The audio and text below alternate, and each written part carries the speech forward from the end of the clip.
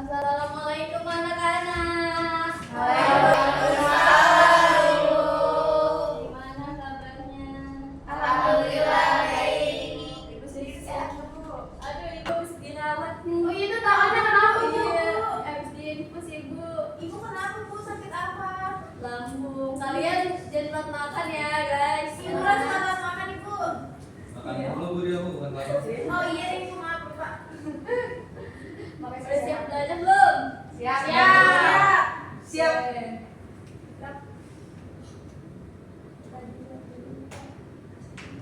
Oke, sebelum mulai coba ikutannya siapa ya di antara kalian yang pernah jalan-jalan ke luar pulau? Saya Pernah, Bu. Dari mana kamu? Mana tuh? Pulau Tidung Bu. Pulau Tidung. Lihat apa aja di sana nih, Jan? Ikan, ramun. Seru banget nih, Jan. Oke, nih, Jan. Nah, kalian perhatiin nggak tumbuhan di sana sama di sini tuh beda apa enggak? Beda. Nah, gitu. Soalnya itu tuh disebut keragaman hayati, kayak kekayaan jenis tumbuhan, hewan, itu berbeda di setiap wilayah. Terus hari ini kita bakalan belajar kenapa persebaran flora di Indonesia itu bisa berbeda-beda. Ready kan nih? Ready nggak nih? Ready, Ready, Bu. Kan ini aku mau nampilin PPT ya. Langsung aja deh. Iya, Bu. Harusnya kita mulai. Siap sih. Ini kita bakalan belajar keragaman hayati dan persebaran flora di Indonesia. Yang pertama itu Indonesia dikenal sebagai negara mega biodiversitas dengan keragaman flora yang sangat tinggi. Pada pembelajaran kali ini kita bakalan bahas gimana tumbuhan tersebar di wilayah Indonesia serta faktor-faktor yang memengaruhinya. Materi ini tuh penting buat kita memahami hubungan lingkungan dengan kehidupan tumbuhan. Yang pertama itu tujuan pembelajaran. Yang utama itu Ibu harap kalian bisa menjelaskan konsep dasar persebaran flora di Indonesia secara utuh. Yang kedua itu mampu mengidentifikasi perbedaan flora pada wilayah Indonesia Barat, Tengah, dan Timur. Yang ketiga itu dapat menganalisis faktor fisik dan biotik yang menyebabkan perbedaan jenis flora antar wilayah. Terus yang terakhir itu kalian dapat merumuskan solusi pelestarian flora endemik melalui model pembelajaran yang Ibu bakal terapkan, yaitu model problem based learning. Indonesia memiliki lebih dari 30.000 spesies tumbuhan. Di satu negara, jenis tumbuhan antara Sumatera, Jawa, Sulawesi, dan Papua itu berbeda jauh. Ibu mau ngasih satu pertanyaan nih. Apa penyebab perbedaan tersebut dan bagaimana lingkungan mempengaruhi vegetasinya? Ada yang bisa jawab, dapat poin. Boleh Nova jawab. Jadi penyebabnya itu di sumber daya pulau, jenis tumbuhan di Sumatera, Jawa, Sulawesi, dan Papua berbeda.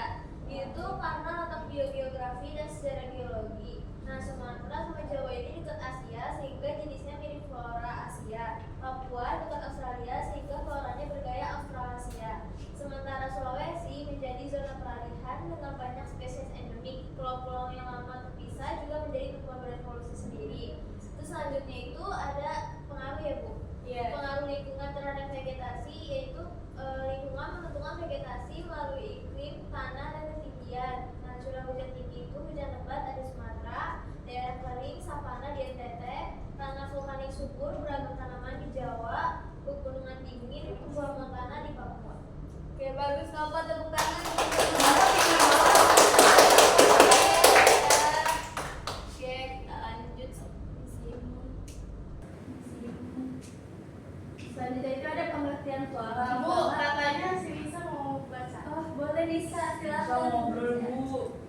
Oke, di sini ada pengertian flora. Jadi flora itu adalah semua jenis tumbuhan yang hidup di suatu area, baik itu berupa pohon, semak, lumut, hingga tumbuhan endemik. Nah, flora ini terbentuk dari adaptasi panjang terhadap lingkungan seperti iklim, kondisi tanah, dan relief wilayah. Masih bisa. Boleh lanjut, Bu? Tadi mau baca lagi. Boleh, bisa? Bisa. Boleh bisa.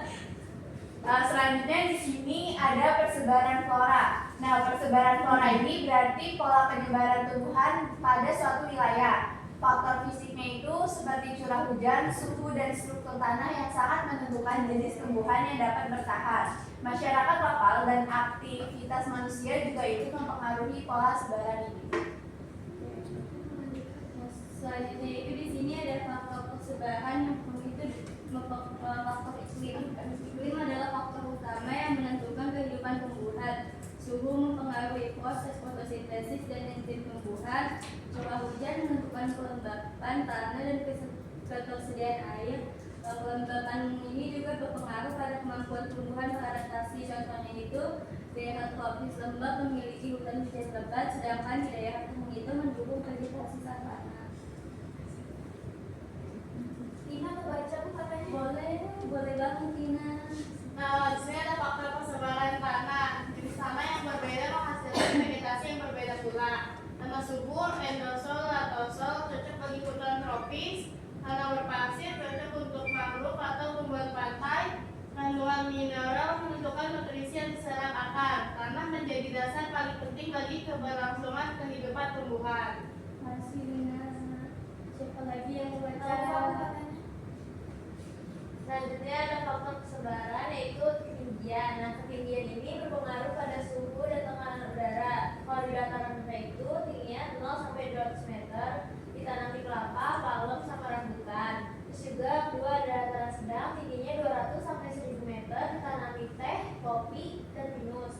Dan terakhir ada dataran tinggi, yaitu tingginya lebih dari 1000 meter, ditanami cemara gunung, panggil jenis tertentu. Terus juga semakin tinggi lokasi, semakin sedikit jenis tumbuhan yang mampu bertahan. Kita membaca. Boleh. Selanjutnya persebaran flora di Indonesia. Nah, persebaran flora dan fauna di Indonesia itu dibagi menjadi 3 wilayah. Yang pertama ada wilayah barat atau zona Asiatis. Ini tuh meliputi Sumatera, Kalimantan, Jawa, sama Bali. Terus yang kedua itu ada wilayah tengah, yaitu zona peralihan atau Wallacea. Itu meliputi Sulawesi dan Nusa Tenggara. Terus yang ketiga ada wilayah timur, yaitu zona Australis, meliputi Kepulauan Maluku dan Papua.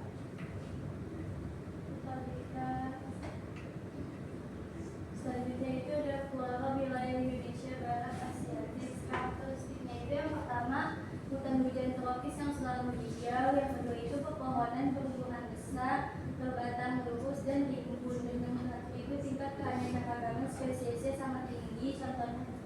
Contoh vegetasi dominan itu kayak menghantri, jati, rotan, dan dana.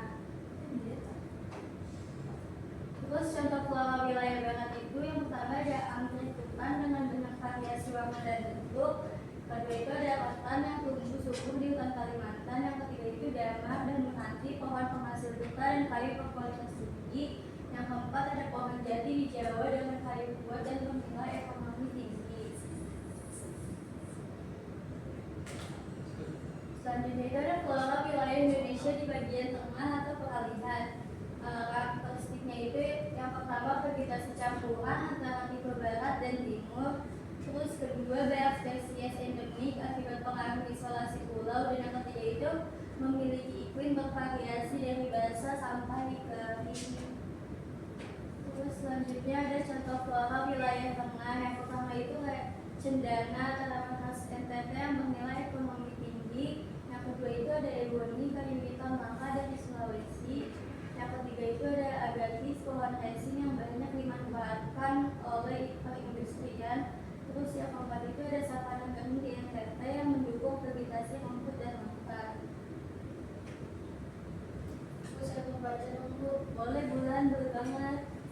Oke, selanjutnya itu flora wilayah Indonesia Timur atau Australis. Untuk karakteristik utamanya itu yang pertama dipengaruhi tipe vegetasi Australia. Yang kedua banyak hutan sagu, hutan rawa, dan vegetasi savana. Yang ketiga terdapat banyak tumbuhan unik yang tidak ditemukan di wilayah lain. Lagi boleh. boleh. Ketagihan dulu. Terus contoh flora wilayah timur yang pertama itu sagu. Sagu ini makanan pokok masyarakat Papua dan Maluku. Yang kedua itu matoa.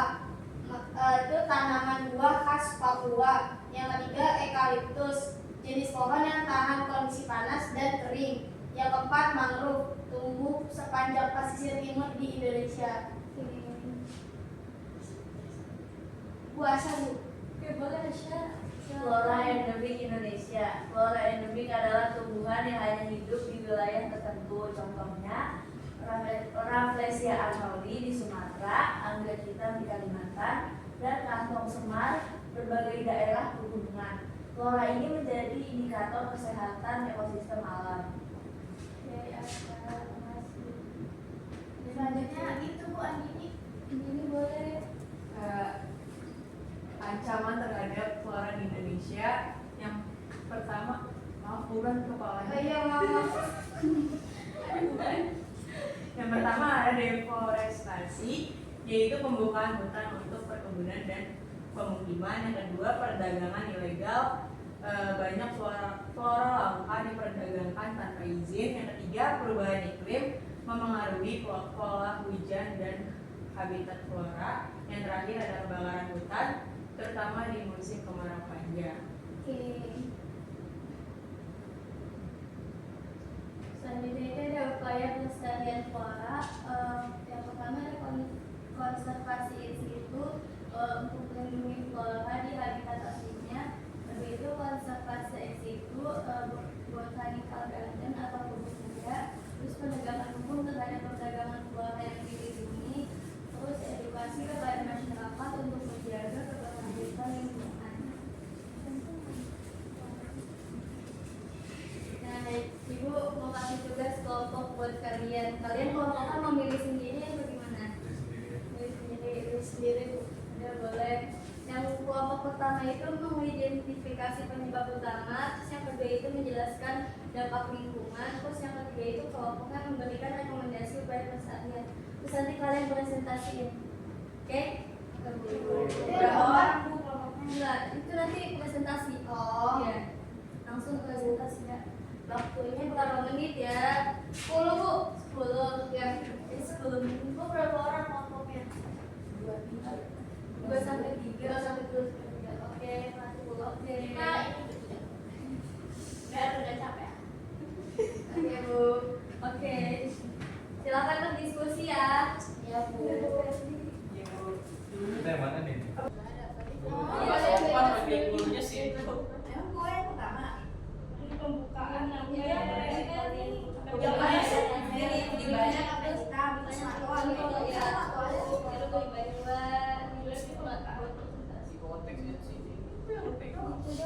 Gue penasaran matoa. Ya diskusi anak-anak. Jangan dibuka yang lain. Ini juga ada 10.000. Ada langsungnya ya ada ya. Itu di dalam ada. Satu yang rasanya kayak gitu. Bacanya mau yang mana? Matoa. Iya Bu. Pernah makan matoa? Bagi-baginya Jadi bisa saya yang buat dua. matoa Bu. Kita berapa orang? Pikir berarti 8. Nggak tahu, lupa. Ini ada sampai terakhir kita guru primer. Saya Kita nggak primer. tahu. Primer. Ini nggak tahu. Sama ini. Ya.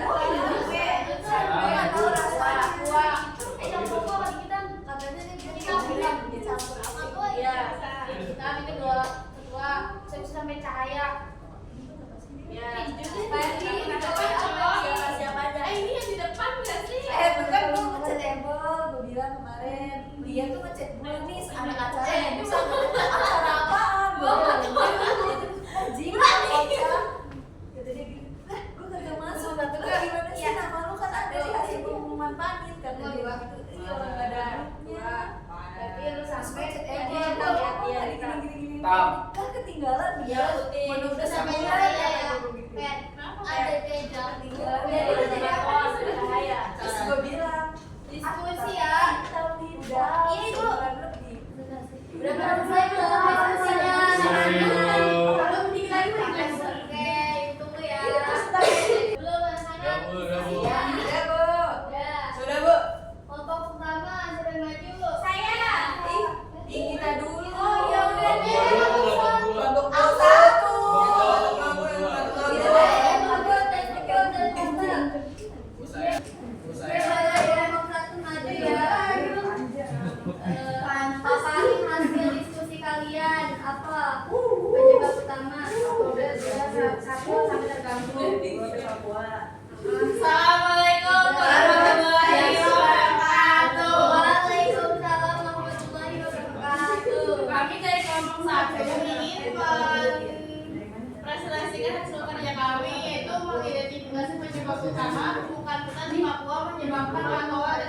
kita mulai punah. Nah, di sini ada pembukaan hutan yang kedua terjadi karena kombinasi faktor ekonomi, eksploitasi sumber daya, serta lemahnya pengawasan. Perluasan perkebunan skala besar seperti kelapa sawit menjadi pendorong utama hilangnya kawasan hutan primer. Nah, di banyak wilayah penebangan liar juga meningkat karena tingginya permintaan kayu berkualitas dari Papua. Selain itu juga pembangunan jalan, kawasan industri dan pemukiman baru sering mengorbankan area yang merupakan habitat rutin bagi matoa dan anggrek hitam. Matoa sebagai pohon endemik Papua juga membutuhkan hutan yang stabil untuk berkembang biak. Sementara anggrek hitam sangat sensitif terhadap perubahan kelembapan dan cahaya. Ketika hutan dibuka, kondisi mikrohabitat berubah total sehingga kedua spesies ini tidak mampu beradaptasi dengan cepat. Inilah yang mendorong populasinya menuju kepunahan. Nah, sekian dari presentasi kami. Ada yang ingin bertanya? Baik, terima kasih. Sekian, terima kasih. Wassalamualaikum warahmatullahi wabarakatuh.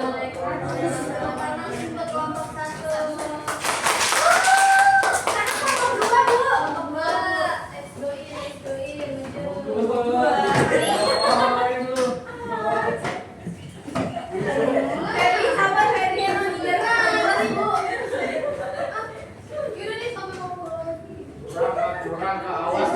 Pulang lewat mana lu?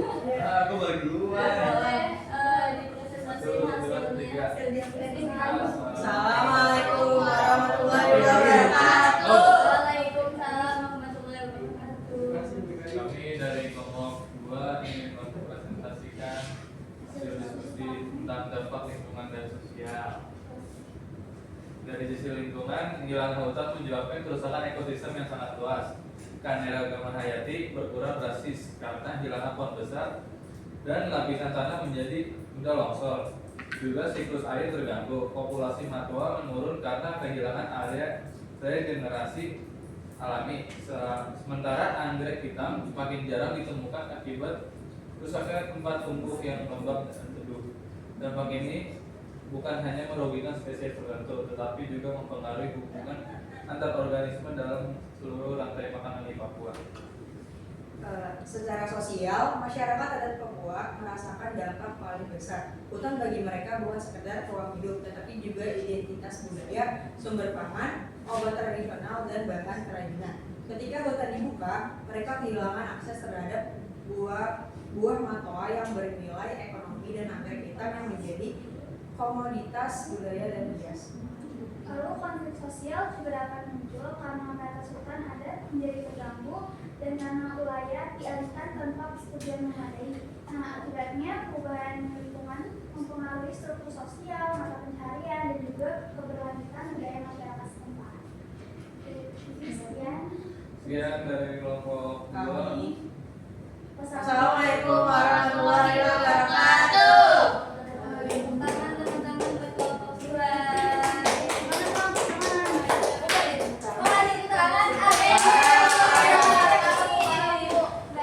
Kelompok 3 baru silakan.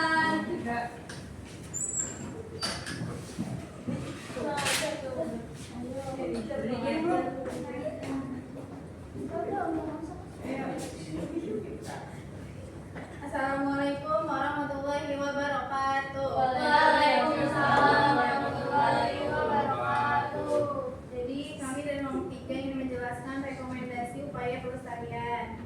Perkenalkan, saya Talita. Saya Mayasya. Saya Riza.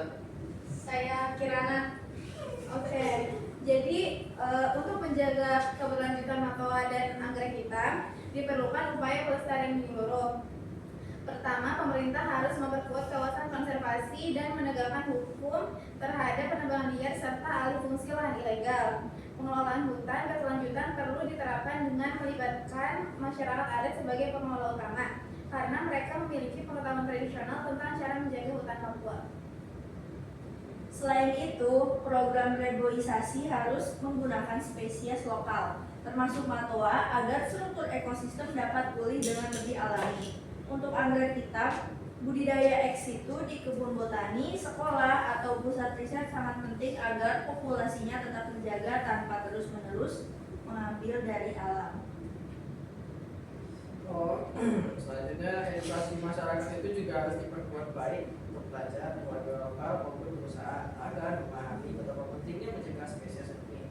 Ya, di sini pemerintah bisa mengembangkan ekonomi alternatif ramah lingkungan seperti ekowisata, agroforestry atau pengelolaan hasil hutan yang air. Dengan pendekatan kolaboratif antara pemerintah, masyarakat adat, peneliti, dan LSM, pelestarian matoa dan anggrek hitam dapat berjalan secara berkelanjutan dan mengurangi risiko kepenuhan di masa depan. Sekian presentasi dari kelompok kami. Kurang lebihnya mohon maaf. Wassalamualaikum warahmatullahi wabarakatuh.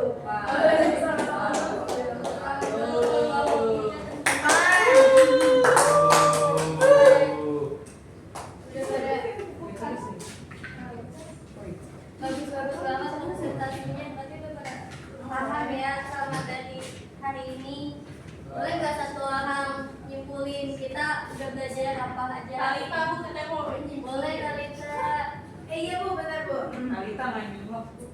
Jadi kesimpulannya yaitu setelah mempelajari materi tentang persebaran flora di Indonesia, saya tuh menyadari bahwa setiap daerah di Indonesia itu memiliki jenis tumbuhan yang berbeda karena dipengaruhi oleh kondisi lingkungannya. Faktor seperti iklim, jenis tanah, ketinggian tempat, dan letak geografis membuat vegetasi di Sumatera berbeda dengan di Jawa, Sulawesi, atau Papua. Nah, saya juga belajar bahwa Indonesia itu dibagi menjadi 3 wilayah persebaran flora, yaitu ada Asiatis, Peralihan, dan Australis yang masing-masing punya flora khas. Selain itu, saya juga memahami bahwa banyak flora endemik Indonesia terancam hilang karena kerusakan hutan dan kegiatan manusia. Dari pembelajaran ini, saya merasa penting untuk ikut menjaga pelestarian tumbuhan khas Indonesia karena flora bukan hanya kekayaan alam, tetapi juga pendukung kehidupan dan lingkungan kita. Oke, bagus banget Talita. Hari ini Ibu cukupkan aja ya belajarnya. Nanti kita ketemu lagi di minggu depan. Gak ada tugas ya hari ini. Alhamdulillah. Oke. Jangan lupa makan ya, anak-anak. Oke. Siapa nih, Ibu? Sekian pembelajaran hari ini. Wassalamualaikum warahmatullahi wabarakatuh.